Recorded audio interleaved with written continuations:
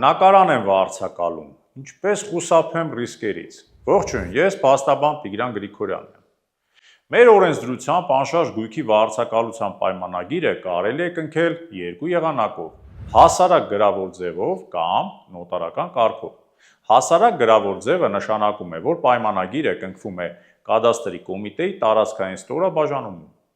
Հայաստանի Հանրապետության կառավարության հաստատված ձևանմուշով։ Տվյալ ձևանմուշի մեջ չեք կարող ձեր նախաձեռնությամբ որևէ բան ջնջել, ավելացնել կամ խմբագրել։ Սակայն եթե ցանկանաք փոփոխություններ անել, սեփական կետեր ավելացնել կամ խմբագրել, ապա պայմանագիրը պետք է կնքվի արդեն նոտարական վավերացմամբ։ Հավելեմ, որ պայմանագիրը ստորագրելը դեռ բավարար չէ, այն պետք է ներկայացնել Հայաստանի Հանրապետության կադաստրի կոմիտե պետական գրանցման համար, կնքելու պահից սկսած 30 օրյա ժամկետում։ Ցավոք, շատ դեպքերում կողմերը պայմանագիրը ստորագրում են առանց պատշաճ վավերացման և գրանցման հարկերից խուսափելու համար և արդյունքում չեն կարողանում պաշտպանել իրենց իրավունքները։ Եթե պայմանագիրը գրանցման չի ներկայացնում,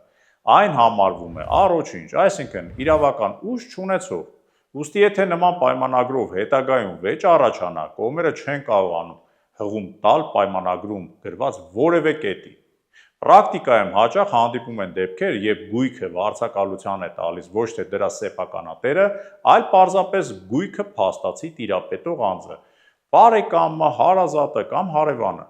Եթե պայմանագիրը ստորագրում է ոչ թե սեփականատերը, այլ նրա բարեկամը, առանց լիազորագրի, նման պայմանագիրը նույնպես առոչինչ է։ Նախ պետք է ստուգել, թե ով է իրական սեփականատերը և պայմանագիրը ստորագրող անձն ունի արդյոք այդ գույքը վարձակալության հանձնելու գրավոր լիազորագիր։ Հենց այսպիսի դեպքերի համար էլ մշակված են օրենսդրական կարգավորումները և մասնավորապես կադաստրի կոմիտեում գործարքի գրանցման պահանջը։ Լինում են դեպքեր, երբ վարձատուն է խախտում պայմանավորվածությունը, վերցնում է վարձավճարը, սակայն ժամկետից շուտ պահանջում է ազատել իր բնակարանը։ Իսկ ձեր միջև կնքված պայմանագիրը սահմանված կարգով գրանցում չի ստացել։ Տվյալ դեպքում դուք պարտավոր կլինեք ազատել բնակարանը, իսկ վճարած գումարը կարող եք վերադարձնել դատական կարգով, եթե իհարկե ունեք վճարման ապացույց։ Հետևաբար, հարգելի հետևորդներ, անշարժ գույք վարձակալելիս կամ վարձակալության տալիս հետևեք օրենքի պահանջին, պահպանեք պայմանագրի ձևն ու գրանցման կարգը և պաշտպանեք ձեր իրավունքները։